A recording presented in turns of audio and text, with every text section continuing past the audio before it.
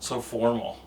I know, it does feel formal, huh? Well, let's start off by like introducing yourself. Tell us who you Alright. are, what you play, and your, I guess, the artist name. There was a lot of people here. Mm-hmm. Are they all part of the band? Everyone's a part of the band. Right? Okay. Everyone's a part of the band, yeah. So my name's Kai. I'm from Oceanside, California. I am the principal songwriter and arranger for a project called Topeka, Clementine. Let's start with Mero. I started teaching Mero bass in like 2022, early 2022. I met him at Ikigai Artifacts. It was like a small oddities shop in Artist Alley in Oceanside. He was just part of the crew that would come through, and yeah, I saw him playing bass one day, and I was like, "Oh, you play bass? You want to come play bass with Topeka Clementine?" We were just in between members at the time. We're still in between members. We're always in between members, and I think we quickly both realized he had some rudimentary work that we needed to isolate, and just kind of been on and off teaching him bass ever since, and just music with a capital M, what it means to be musical. But I mean, he's gone far beyond. He plays better bass than I do at this point. Like it's I'm so proud of that kid. Oh my god. We have Nichelle. Nichelle's been, I think, out of everyone in the crew, I've known Nichelle the longest. I've known Nichelle since before I started making music.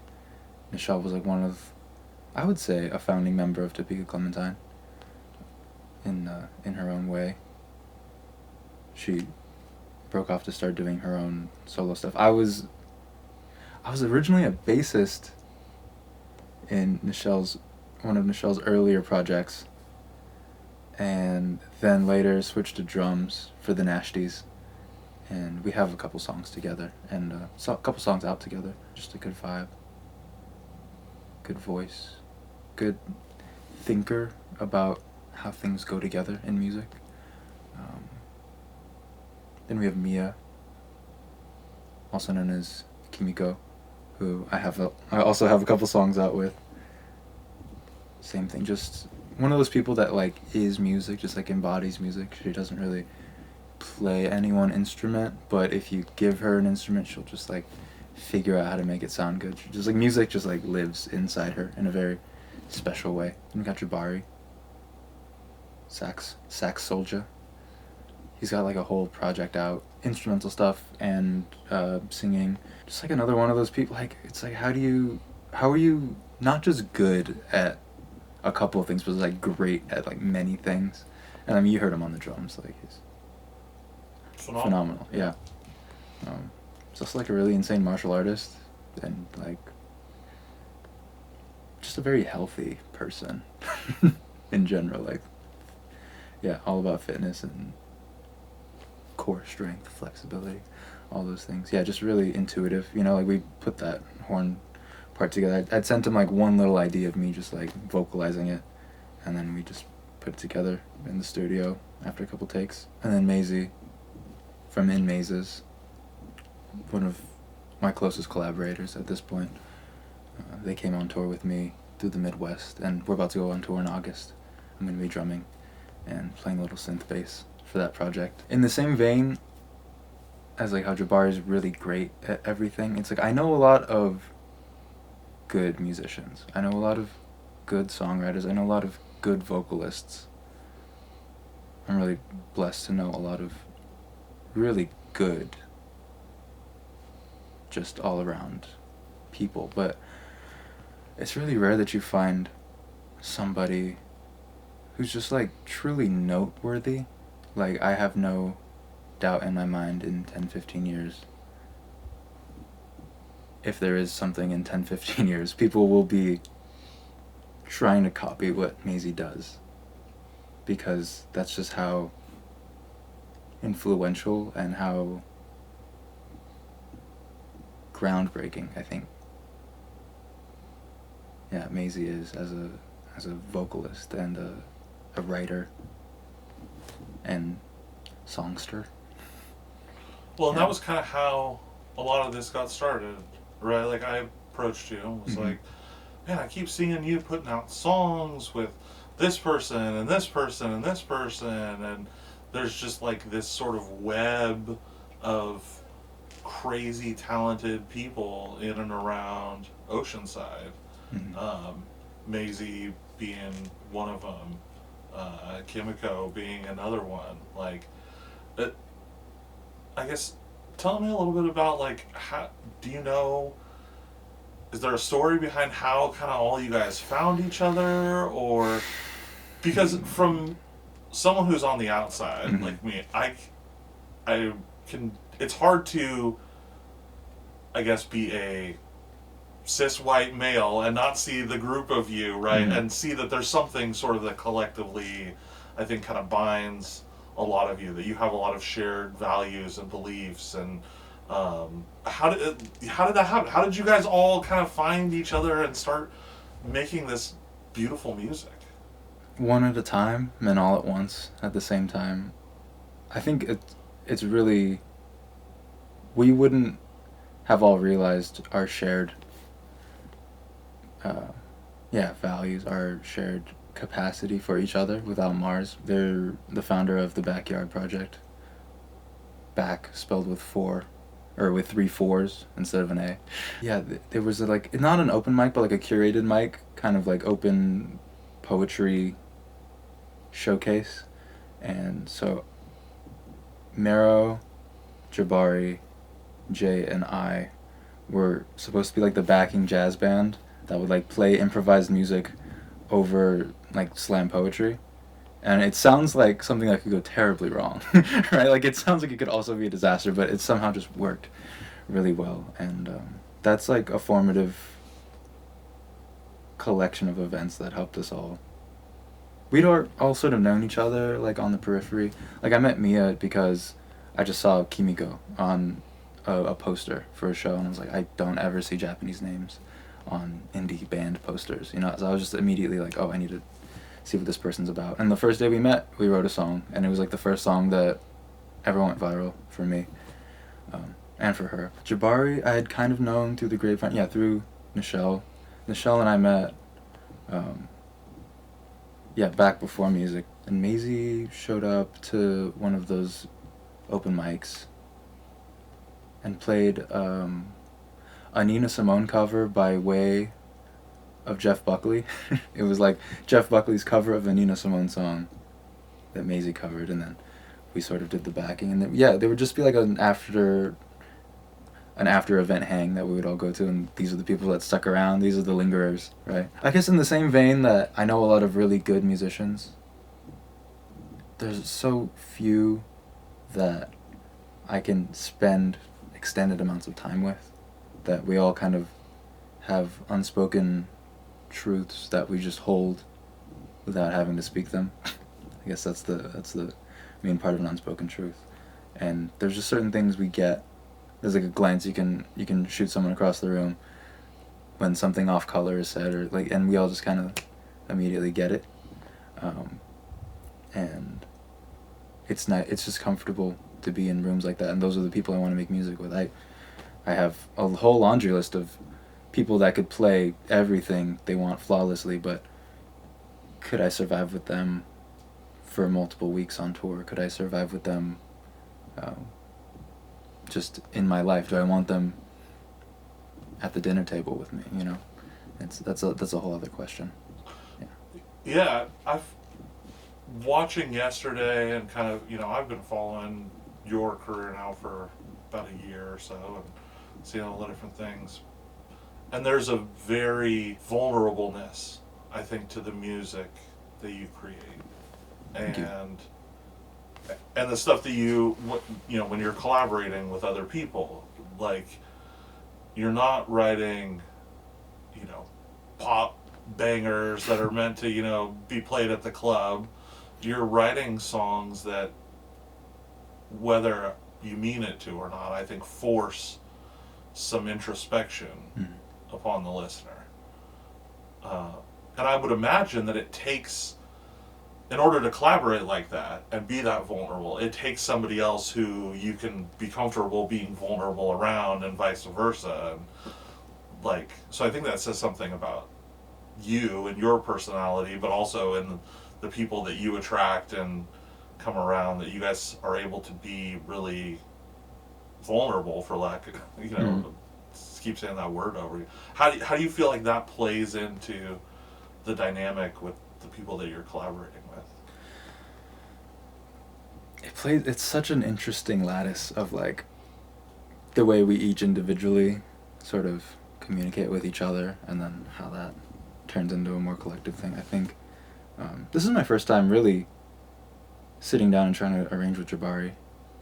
This is my first time in a while trying to just arrange a song live with people. I'm very much like I have the idea, and it kind of already exists as it is, and then I'll record it somewhere else. I think I just don't really have a choice. As much as I am someone who lives in my brain a lot, I'm also kind of disconnected from my emotions sometimes, and I think it plays well in that once it gets time to share it, it's not like, oh, this is this precious little thing that you couldn't possibly crush, or else I'd be devastated. It's like, this is kind of how I felt then, and if this helps you now, that's great. I'm kind of past it, but this is the thing that helped me process it, and if you're in that spot, please, like, take whatever you can from it. And this is going to be here after I'm gone, and this is a little piece of me saying, I might not always be here for you physically, but you can hold on to this and let it serve you however it can, if it does.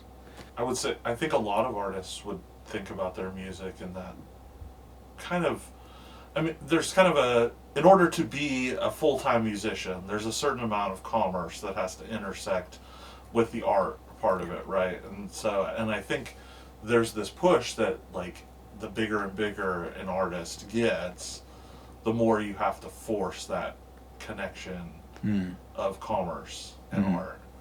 And it seems like you're saying, like, I just kind of create these things because this is where I was in this place, and then shove it off into the pyre out into the middle of the lake, and whoever wants to look at it can look at it, and but you're not connected to them after they're sort of created and gone away.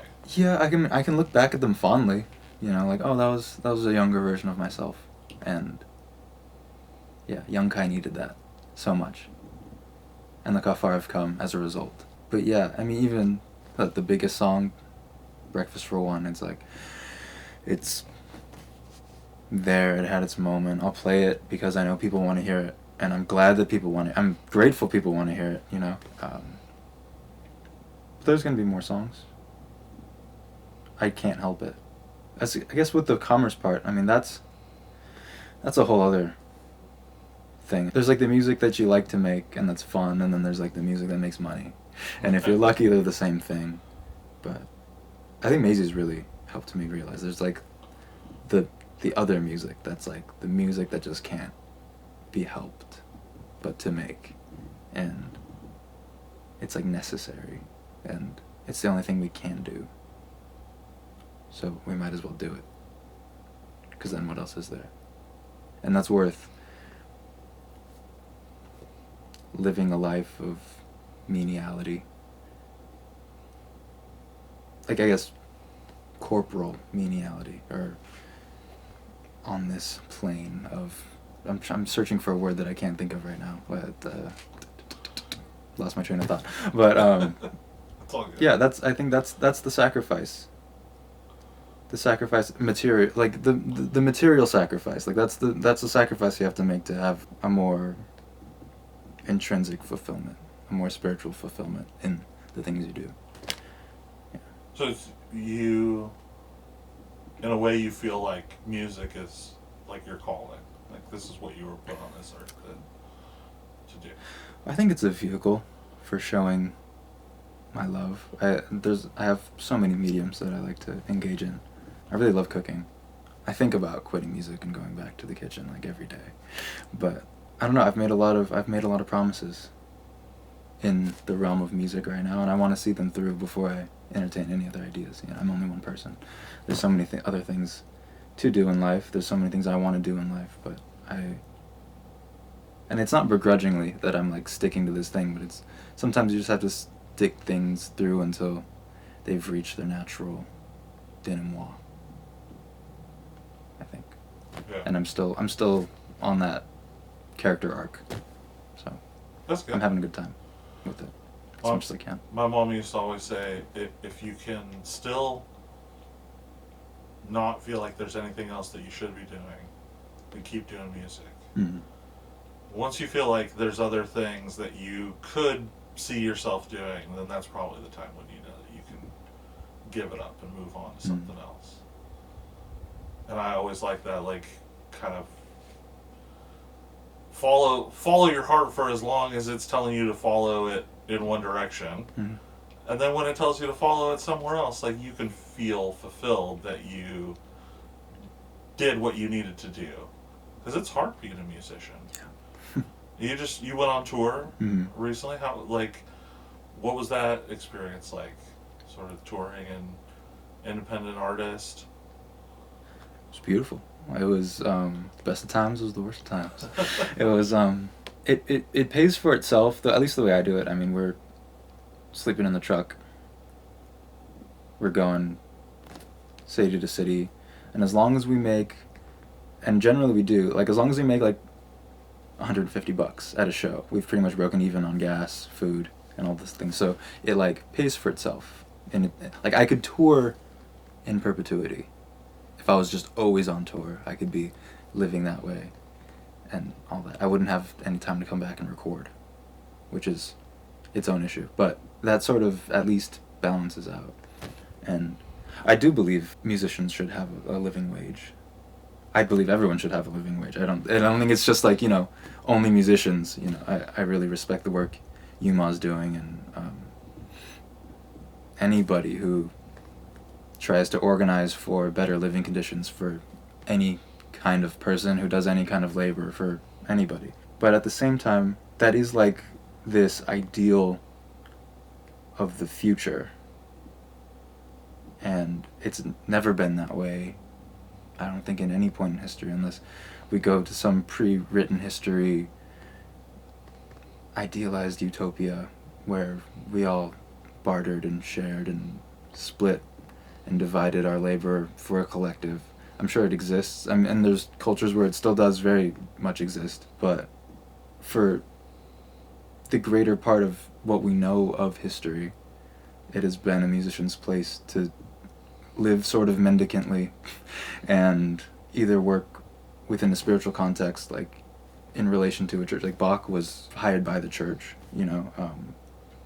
or just to, like, travel as a bard and live within small means, I guess. And I think that's not an important part of the tradition, but I think it just speaks to the fact that music can be so much more than materially fulfilling, and that is the fulfillment of it. It's not the rock star, private jet, sold out show, suite at the Hilton that gets rammed down our throats that we're supposed to be looking up to. It's not really, I don't know, something I'm looking for. Well, I think based on some of the stuff that you've done already, and what I can only imagine is some of the other stuff down the pipe, and sort of the nature of, I think, the industry today, like, we're as in the consumer base, right, we're seeking authenticity more than ever, and we have a means to sort of really find those people in places where we couldn't for a long time before. And I think that's what probably attracts a lot of the people that listen to you, is the fact that they can see who you are on social media and through clips or videos or whatever, and then potentially meet you at a show and listen to your music and see that all of those things are the same thing. Mm-hmm. That who Kai is when you meet him after the show is the same as who Kai is when you meet them on the street. Mm-hmm. Or when you're sitting down and writing. There's a authenticity to your music, I think, that really shines through. Thank you. Is that something that you think about? It is, like, I don't know, because I think some musicians will think to write in a certain way, or, like, do you think about trying to be authentic? Do I think about trying to be authentic? I think I think about trying to be inauthentic. I think I have tried to think about being inauthentic before. And like, for a while, sync still is for the people that know how to work the game. It's a great way to make a stupid amount of money. Making songs that sound like other songs that whatever corporation wants to put on their ad. And it's like, I don't knock it. I think somewhere in my head I was like, if I really can't make this thing work, by the time I'm in my late 40s, in my late 50s, and I can do the sync thing, I'll have enough skill under my belt. I'll have listened to enough music to be able to do that really well. And AI is really just like dropped a whole bomb on that whole situation, which is sort of the natural progression, I think, of at least that music, like music as a commodity, music as a product. Of course, I begrudge the idea of like a corporate structure, but I don't begrudge the people that are stuck in there. Like, really, the only inconsistent part about that process is the musician, the creative, the artist. We're such a disorganized, emotional, sensitive, unpredictable bunch, and we make amazing things. But it's that inconsistency that helps create those amazing things, and it's also the thing that's not financially viable. So of course, as soon as they can cut out this one crazy joker in the deck, this wild card, unpredictable thing that makes their product the product they need so bad, of course they're gonna get rid of us. Like, it's a no-brainer, honestly. They don't really think about the humanity of it. They think about whatever, their shareholder, the advertisement budget, the whatever. Like, that's obvious. So there isn't really a future for that. And so that's okay, because that just means we stick to our guns and play the live show. There's no AI that can play a live show. Right. You can't smell AI. You can't smell the sweat off of a 3-day no shower in the van of an AI. AI's not pulling up to a dive bar and doing a show where you can get up this close in their face and I think AI misses the emotion, though. Also, like, the one thing that I feel like it does well is be so idiotic that it's funny. Yeah. But it's not funny in like a contextual way or a smart way. It's like, oh, if I stick this string of random words together, then that makes people click on it more, so I'll keep, like, still doesn't understand emotion. I think that's where the authenticity thing comes in, is we're, as music listeners, we're looking for those people that are giving us that authentic version of what it is that they do and do well. I think AI can't perform. Yeah. Like, it can produce, but it can't perform. Like, there's kind of like, I don't know, I think in any good musical piece, any good musical performance, there's like this sandwich of like authenticity, of like raw human emotion, and then there's like the execution.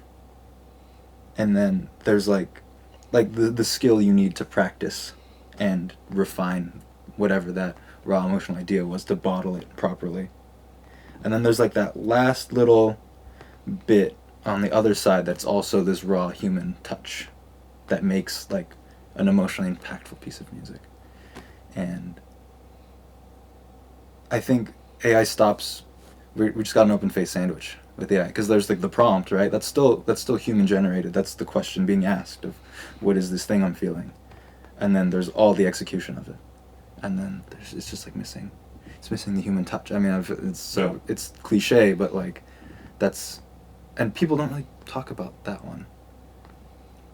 And it gets really fucking close. Like, it gets close enough, because there's a lot of people with a lot of raw emotion. That's a given in humanity. We have lots of energy in us, and a lot of people that don't want to put in the work to develop the skill, just the mechanical skill of executing a piece of music. So I get it. Like, I get it. It's not even laziness, it's just like a desire for a quicker result. But it's always going to miss that little cap. Yeah. And there's plenty of human beings I know that do this part like really well. Like, they've gone to school for many years, and they're very skilled. They can play anything. They can sight read anything. But like, are they putting that? That's a little bit. I think almost of the whatever million songs that are on Spotify or whatever, like most of it is this, whether it's AI or not. Yeah. Yeah, I don't know. Man, there was a point earlier where there was such a perfect segue for me, and then we got off on this tangent a little bit, which I think was good. It's okay. We can. But I'm we going to can, circle it all back. let's pretend to, we can even cut it out. Like, yeah. Yeah, I'm going to edit the fuck out of this. Yeah. Just have me like say a string of words that didn't even like stick things through, and my emotions in between. And that's fun have come as a result. Sandwich. Sandwich. You can't smell the sweat off of a 3-day sandwich. Well, yeah, that's actually what's happening is I'm using the recording right now of your to voice. Program an AI Yeah, I'm version do a of me. deep fake later. Yeah, I bet. Sandwich. But let's talk a little bit about the song Okay. that we did. Yeah. Tell us the name of the song. Kind of talk to me a little bit about where the idea came from, you know, and a little bit maybe about how you started writing it. I think I'm going to call it Feed the Trees. Jury's still out, but that's just what I've been calling it. And usually what you like start to call something is what it'll end up being. It was one of those download songs, like I just sort of sat down and it just started coming. Like it wasn't really prompted by anything in particular. I think it was in that week span, or week and a half span of tending my mother's deathbed vigil. And I guess that's pretty apparent in the opening line. Heirs to death, our mother makes us. But I was thinking more in terms of like Mother Nature, like heirs to death, like we are. That is our inheritance. Like we will die, and Mother Nature has deemed it as such. And then sweet are the berries from her vine. I think of like there's like this Buddhist proverb. Some people like I think there's like a comedian. I can't think of their name. They're really funny though. In fact, their whole tour was called like sap. Cause like they say sap, but I read it as a berry. Like I think that was the version I read it. But like you're being chased by a lion or some crazy monster, and it chases you to the edge of the cliff, and there's a vine hanging. You climb down the vine. You're climbing halfway. You realize there's the same lion monster thing at the bottom. So there's one up here, one down there, and now the vine is breaking. I think the version I read, there's 2 mice. There's a black and a white mouse, and they climb up and they start gnawing on the vine. And you look over and you see a berry. And you pick the berry. And just imagine how sweet that berry is. Because that's really all you get. And that's like a big metaphor for life. There's the lion here, the lion there. You're gonna either way. But there's sweet berries on the way. And I think the other version it's sap, right? And just a sweet bit of sap. So that's that line. I could go line by line for this whole and it's just all they're all condensed into one line, but like I could do this pretty much for the whole song. I'm gonna spare you. Tell me a little bit about like I guess where like you said it was a download. Mm-hmm. How does that like you know, I think when you say that I think about it, you're just like I got this thing, I gotta download it, and I gotta get it out. Like, is that normally how the process works, or is, you know, was there? Obviously, there's like a big piece of this, which is your brother, mm-hmm. which I don't know how much, if any, like camera aside, No, how much of it you want to get into. But yeah, we can so talk like, about it. I imagine that had a pretty profound impact on just sort of your headspace and where everything was. Oh, yeah. And was the download a result of maybe kind of running on autopilot for a little bit, and then you're like, oh shit, I got this thing that's been kicking around there for a little while, or how did that come about? I would say all of my songs are exclusively downloads now. That's a result of going through the process of sitting down and writing. I've probably written like 50-something songs, like trying to write a song.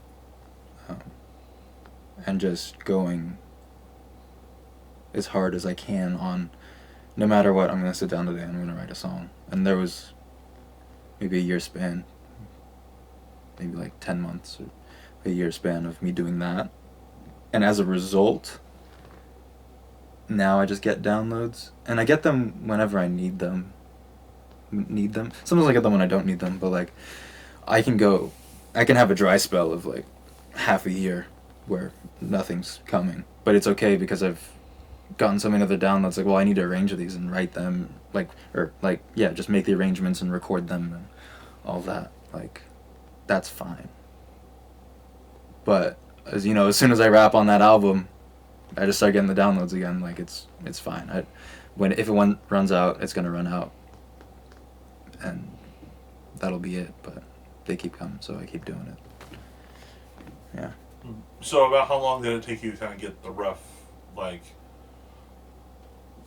bones of what the song was together? The rough bones.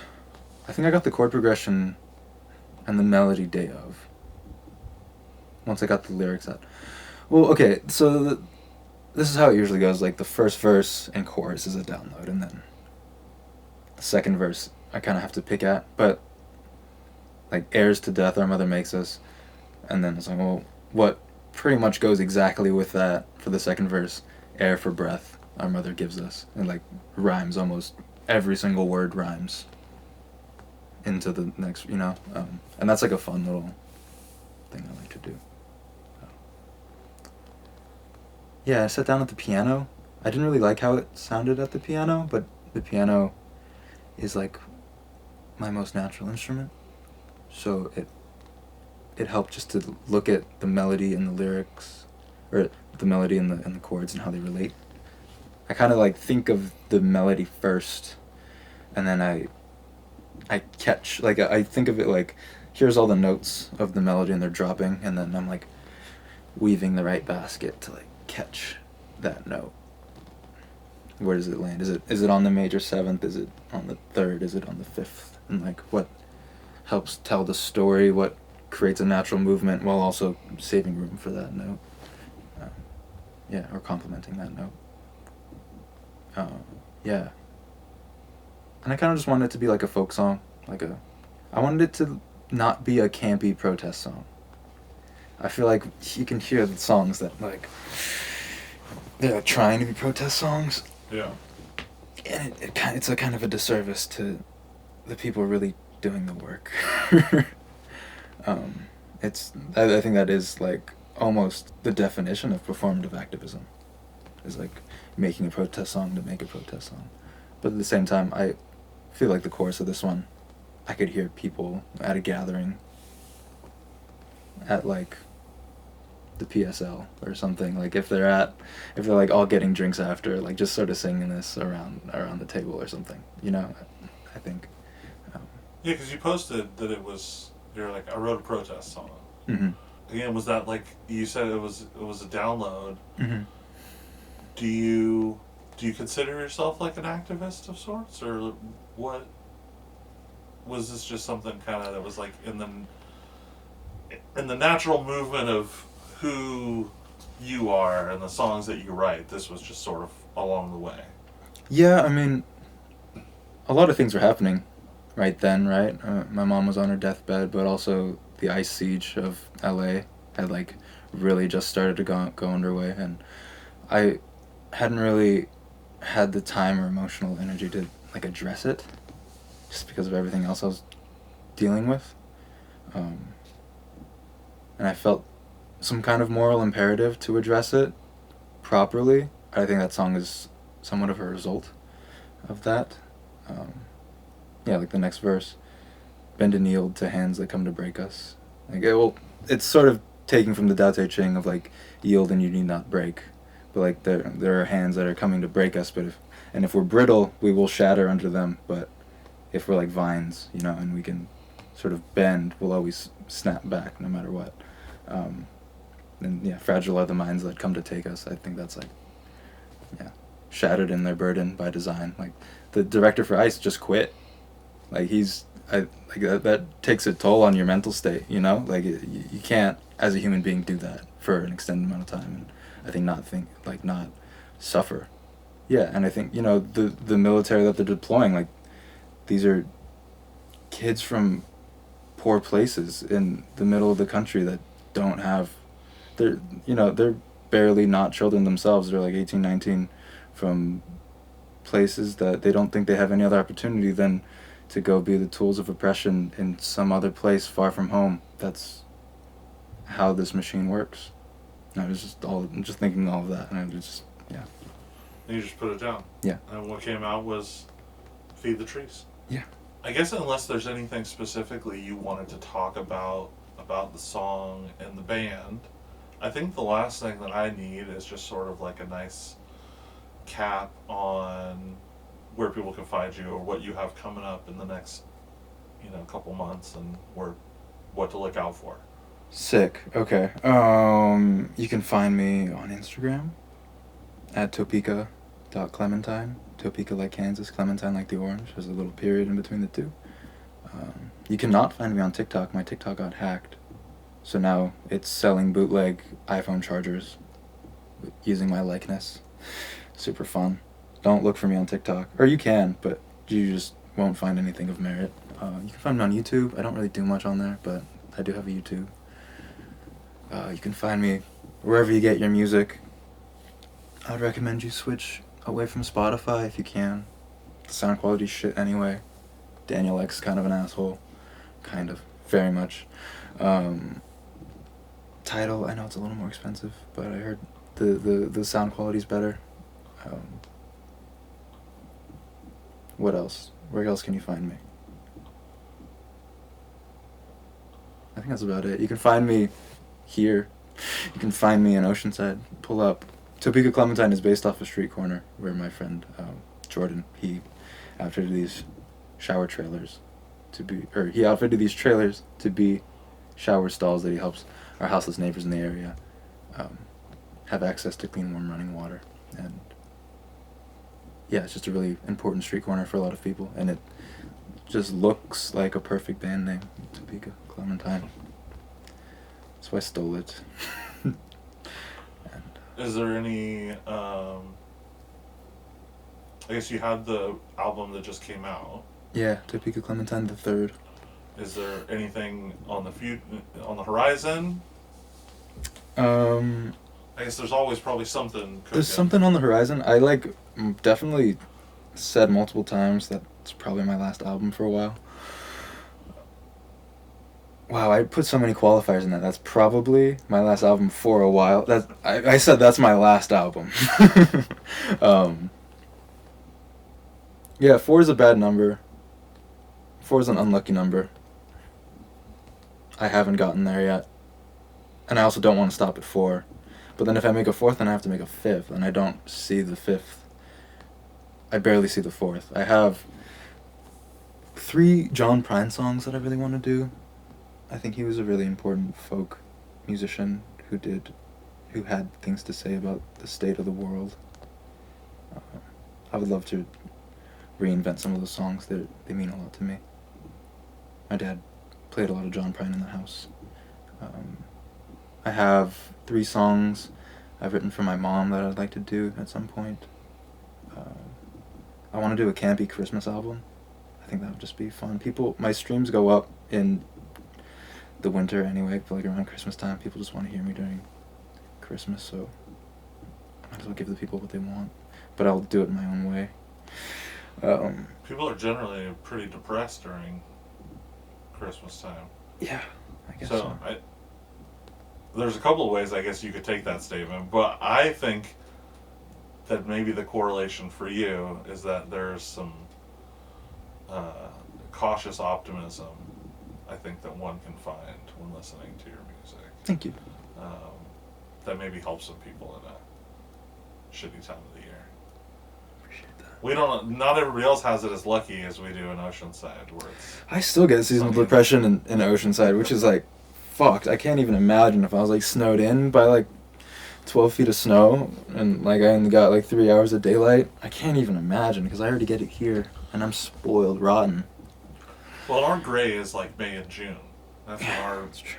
horrible weather is. Are horrible. Oh, it's Yeah. so bad. Yeah. It's so bad. I had to wear a long sleeve T-shirt today. Yeah. I had to put socks on. Right. I guess if there's anything else I'm thinking of, maybe do you want to talk a little bit about Oceanside? Because you do, to me, it seems like it very much is a part of like you and your music, and obviously the band is named after 2 streets at Oceanside, and something about just what's going on in What's going on in Oceanside. Oceanside? It's getting gentrified. That it is. That little stretch of Mission Avenue, it used to be a 2-way street. And I kind of remember it. I've definitely almost taken a wrong right turn up it within the last 5 years. Just out of muscle memory. You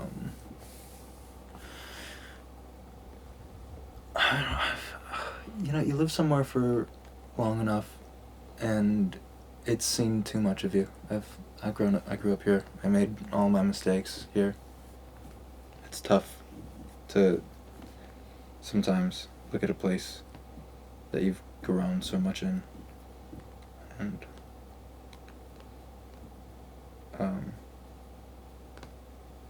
yeah, I have a lot of community here. I have a lot of people I think of very fondly here. I have a lot of memories I don't think of so fondly here. Here, as in Oceanside, not here as in the studio. That's a little ways away. It's a place like any other. It's the biggest small town I've ever been a part of. Getting a call from somebody right now. Oh, speak of the devil, it's Mars. I was telling you about who does the poetry slams. Yeah. I'm sorry, Mars. I'll call you back right after this. I promise. I don't know. Do you feel like there's something? Because I've always felt, I'm a little older than you, but I've always felt like Oceanside, in the sort of grander scheme of the county, was always kind of looked at as like, oh yeah, don't go to Oceanside. Like, yeah, in fact, still don't come to Oceanside. There's nothing for you here. Don't go. Yeah, well, we can say that, right? If you're thinking about moving to Oceanside, definitively don't do it. When I'm up in LA, I know I've met like 3-4 different people that have moved from LA to Oceanside, and that's just like in small spurts of going up there to like conduct business or whatever. So I don't say I'm from Oceanside when I'm up in LA. The less times the word is said out loud, I think the better sometimes, when you're not here. But people that are from Oceanside love being from Oceanside. People that are from Oceanside sometimes never leave Oceanside, and I don't blame them. I think it's a great place to be. I tried to leave. In my teens and 20s, I tried really hard to go find someplace else that I would go. And I started seeing the rest of the country and was like, God damn, there's not a lot of places in this country like Oceanside. As weird as it can be, and it's getting less weird because of the gentrification, there's something about it, though, that I feel like, I don't know, like that ties, I'll say it like this. I can see the tie between Oceanside as the city that it is and its place sort of amongst a lot of other beach cities in Southern California, and make that little bit off but very beautiful, make a direct connection and tie that to sort of you and your group of friends and the music that you guys are making, where it's, if somebody who didn't know looked at it, would, it could be a Rorschach test for any number of things, right? Yeah. Look at these people, what do you think that they do, right? And if your first answer isn't, they make fucking amazing music, then you're definitely not seeing the picture. but like there's something about Topeka, Clementine, and in mazes and all these different, Kimiko, and that it's not the normal thing. It's a little bit weird. It's a little Yeah. bit off, but it's just as beautiful as any of the other beach cities as you go up and down the coast. And like Mhm. the stuff that you guys are doing is just as beautiful as any of the other music that's putting out there. I don't know. Maybe that's me trying to make a story where there's not a story, but I feel like pretty strongly like I can, in my mind, I can draw that connection. Do you see any truth to that? Yeah, I mean, I think Oceanside is a place that, from the outside, struggles to find its place outside of being entertainment for the troops. There used to be a strip club across the street from the In and Out, Purple Church, rest in peace. The Surf Museum used to be a strip club also. See? It's the Playgirl. Yeah. So, he's in tourism. I think, yeah, it's a place that doesn't know what to be besides a military town and a tourist attraction, unless you're from here. And it's like, what else do we do? And I think we're not the one answer to the what else do we do, but we're an answer to what else does this city do. I think. I'd like to think. I think the work Humanity Showers does is another answer to what else does this city do, I think. There's plenty of people, there's plenty of people coming up with other answers to what else does this city do. And then all you can do is play your part. I like that though. It's a city that's trying to find its place. Seaport town, only other harbor besides San Diego proper as well. So we have people sailing in, we have goods and people coming through our port. Yeah, I don't know. And somehow all of that weirdness that made Oceanside what it was made this incredible collective of musicians, of which I hope this is the first of, many different ones that we get to do.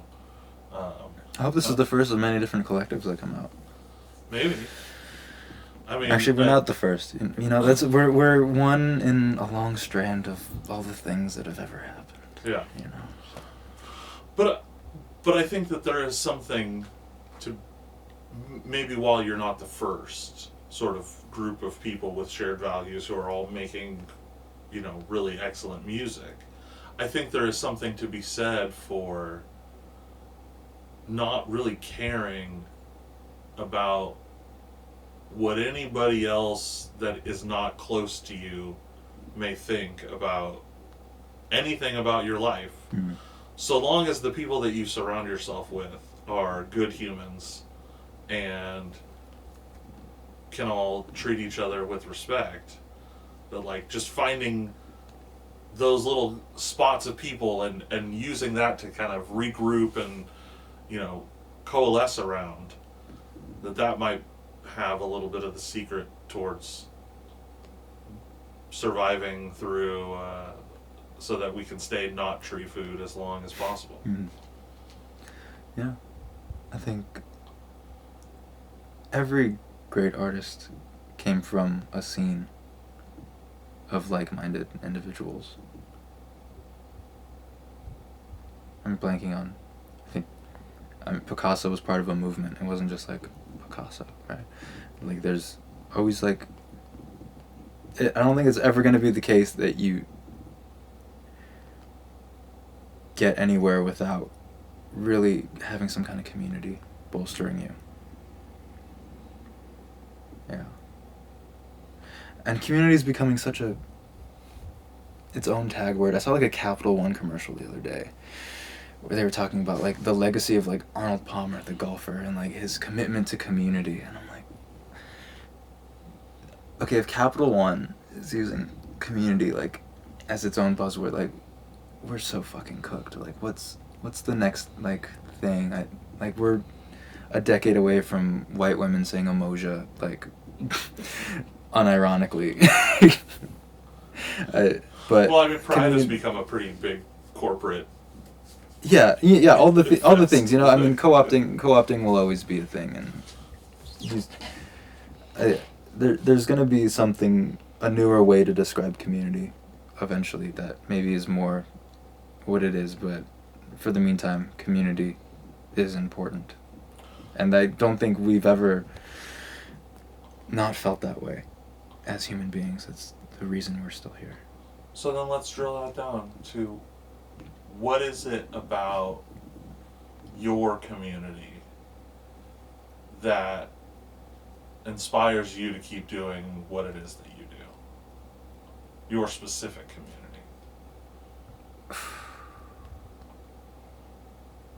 That's a good question. We get to the good ones eventually. Yeah. What is it about my community? I feel like, to a certain degree, everything I try to do is for the sake of everyone. You start to. I was gonna say I like to think that everything I do is for the sake of everyone around me, but that's like so vague and so general that doesn't make any sense. Like, I'm gonna distill it down to, like, I'm just surrounded by so many amazing creative people. It would make my life feel worth something to just be like, oh, hey, Victoria, you need a cover rent this month. How about you do my album cover? Whatever you need. Like, let's do the album cover covered, right? Nash, like, let's put a song together and let's, like, I don't know, like,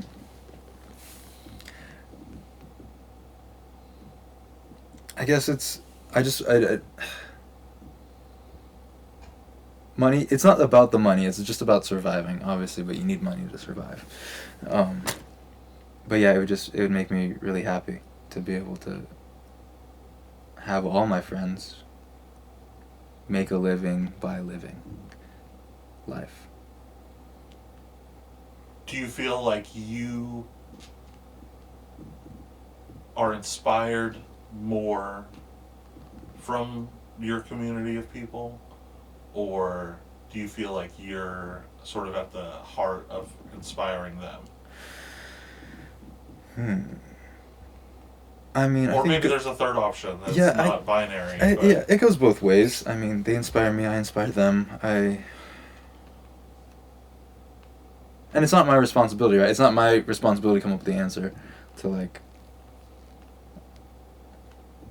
be some kind of messiah for all of the wayward creative people that happen to exist in North San Diego County, right? It's not like on me, but it doesn't mean I don't think it wouldn't be a nice little treat to be able to just, like, live peacefully and in art with all of the very talented people that I know, and just be able to do the only thing we can do, which is make things. Yeah. Before we feed the trees. Before we feed the trees. Is there anybody you want to shout out, or anyone I want to shout out? Anyone you want to talk about as far as maybe yesterday, that, like, something that they did that you really enjoyed, or something that happened yesterday that maybe you weren't expecting, or I don't know. I guess maybe just, like, the process yesterday. What did you like about it? What was cool to you? Was there anything that stuck out that was like, oh, that was really cool when this happened? That was my first time playing horns in tandem with somebody since, like, middle school. And, like, in that capacity, especially something I had written, and, like, figuring it out with somebody. So yeah, that was really cool. We're, like, in real time, like, transposing to each other. But yeah, there's like a place for that. I've always wanted to be part of a horn section. I feel like that's like a fun thing. You should have been a musician in the '90s then. Right? The '90s was like king for horn sections. I'm gonna actually just start a 2-tone ska band next. I think that's to be You had all the Clementine's future. ska. You had like this swing Yeah. resurgence Oh, yeah. that came up too. Yeah. Cherry Poppin' Daddies and Brian Setzer Orchestra and That's right. No Doubt and the Boss Tones. Oh man, you're taking me back. I see. I'm a kid of the '90s, so that was like out there dancing to ska all the time. But that was cool. I enjoyed the horns part of it, and I think it was originally it was we had kind of thought, okay, we'll work the parts out, we'll record them individually, Mm-hmm. and then I tried to pivot and get you guys to both play them together, which took a little bit more work on the front end, like getting it tight. But Yeah, I think, with things like that, I don't really come to spaces like this very often. It felt like inviting my friends over to a bonfire, and then I was like, actually, we're in a lab and we have just a couple Bunsen burners. This is the bonfire. Here, everyone grab a stick and your marshmallow. Not to say that that's bad, it's just I'm very much used to being out in the dirt, and this is a very well-equipped, technically advanced environment. But yeah, and like when I have been in spaces like this, I think the professional expectation is you are tight. You get 2 takes max if you can't rock it out on your first, and you know your part, and that's like the energy I'm like already feeling. But then that wasn't the intention of how we were gonna use the space, so it was just like a lot of friction there. And then especially something as tight as horn parts, it's like I think horn players, myself included, when I'm a horn player, just naturally have really bad rhythm, and like getting things like in a professional setting, it's like you need this on at 100 BPM. Like you need to like know this line at 100 BPM, and like that's it. And like just make sure you can play it 5 times in a row without slipping up. And like I was squeaky, I was squeaky on some of my higher notes. But I wouldn't have been if I had like written the chart out and like recorded it beforehand and like heard myself back. Maybe like worked it from 60 BPM up and really just got all the things in. But that's not how I felt was the best use of everyone's time and the energy in the space. What's that all to say? I don't know. It was just this is the first time I've ever had like unadulterated, nearly infinite access to a space this well equipped without having a ticking time bomb in the back of my head that's like, when will this not be affordable anymore? How do I get in and out of here with spending the least amount of money? So very grateful to just have access to all of this, and you as an engineer who's so patient and determined to get the right take. For sure. shout out Sonic Rocket for Shout out hosting Sonic us Rocket. here. Yeah. To do this. Is there anything, I guess, that you feel like you would want to say or add or make sure that I have in there?